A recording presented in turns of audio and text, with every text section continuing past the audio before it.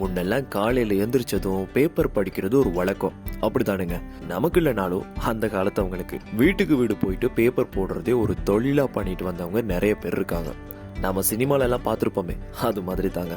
வீட்டுக்கு வீடு வயசானவங்க கண்டிப்பா ஒரு சாயிர நாற்காலியில புட்டி கண்ணாடி போட்டுட்டு திண்ணையில இருப்பாங்க. அந்த மாதிரி இந்த காலத்துல பத்திரிகைக்கு டிமாண்ட் இருக்குதான்னா இல்லன்னு தான் சொல்லலாம். முன்ன ஒரு சாப்பாடு பார்சல் கட்டுறதுனா பேப்பருக்கு பஞ்சமே இல்லை.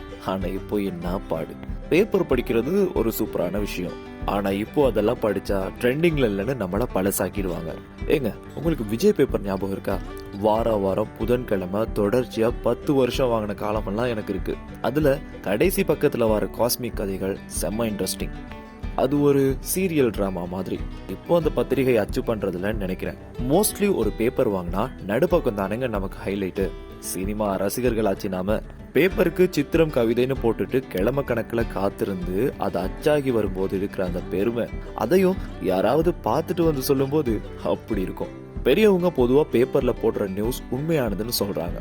மேபி இருக்கலாம். அதனால தான் என்னவோ இன்னும் அங்கங்க பேப்பர் பிரிண்டிங் நடந்துட்டு இருக்கு. போக போக டிவி ரேடியோல பேப்பர் வாசிக்க ஒரு ப்ரோக்ராமே பண்ணாங்க.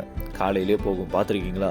அப்புறம் வாட்ஸ்அப்ல பிடிஎஃப் ஷேர் பண்றதுன்னு இன்னைக்கு இந்த ஸ்டேஜ்ல வந்து நிக்குது பத்திரிகையோட நிலைமை. நீங்க சொல்லுங்க, பழையபடி பேப்பர் படிக்கிறது திரும்ப ட்ரெண்ட் ஆனா நீங்க அடிக்கடி வாங்குற பேப்பர் என்னவா இருக்கும்?